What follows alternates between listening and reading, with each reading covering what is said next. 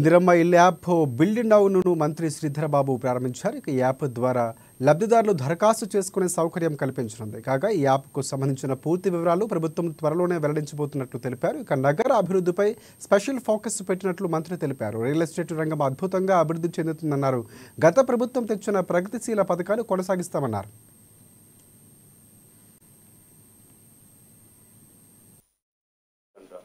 మీరు ఎవరికి ఎన్ని ఓట్లు వచ్చాయి, ఎవరు ఎన్ని సీట్లు గెలుస్తున్నారని ఆ రోజు మీరు ప్రజలకు సమాచారం అందిస్తా ఉన్న తరుణం కరెక్ట్గా ఒక సంవత్సరం తర్వాత మరి ఈ రోజు కూడా మేము ఒక జవాబుదారీ ప్రభుత్వంగా గత సంవత్సర కాలం గౌరవ ముఖ్యమంత్రి రేవంత్ రెడ్డి గారి నాయకత్వంలో ఏ కార్యక్రమాలు చేశాం, ఏ అంశాలను ప్రధానంగా ఎంచుకున్నాం, మేము ప్రజలకు ఇచ్చిన హామీలను 6 గ్యారెంటీలో భాగంగా ప్రజలకు ఇచ్చిన హామీలను ఒకటి తర్వాత ఒకటి ఏ విధంగా పూరిస్తా ఉన్నాం, అమలు చేస్తా ఉన్నాం అనే దృక్పథంతో ఆనాడు మీ అందరి సహకారంతో మార్పు తీసుకురావాలని మొదలుపెట్టిన రోజు ఈ 3వ డిసెంబర్.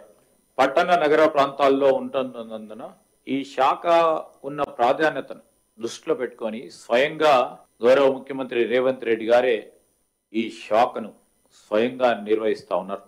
ఈ నిర్వహణ భాగానికి సంబంధించి మొదటిగా మీ అందరికీ కూడా తెలుసు, మన రాష్ట్రాన్ని ప్రత్యేకించి హైదరాబాద్ మహానగరం, ఈ మహానగరానికి సంబంధించిన ఓ ప్రత్యేకత, దానికి సంబంధించి ఏ విధంగా గత 2-3 దశాబ్దాల నుంచి హైదరాబాద్ నగరం ఏ విధంగా అభివృద్ధి చెందుతా ఉందని మనం అందరం కూడా స్పష్టంగా మన ముందట కనబడతా ఉన్న తరుణంలో మీ అందరికి దృష్టికి తీసుకొస్తా ఉన్నాం.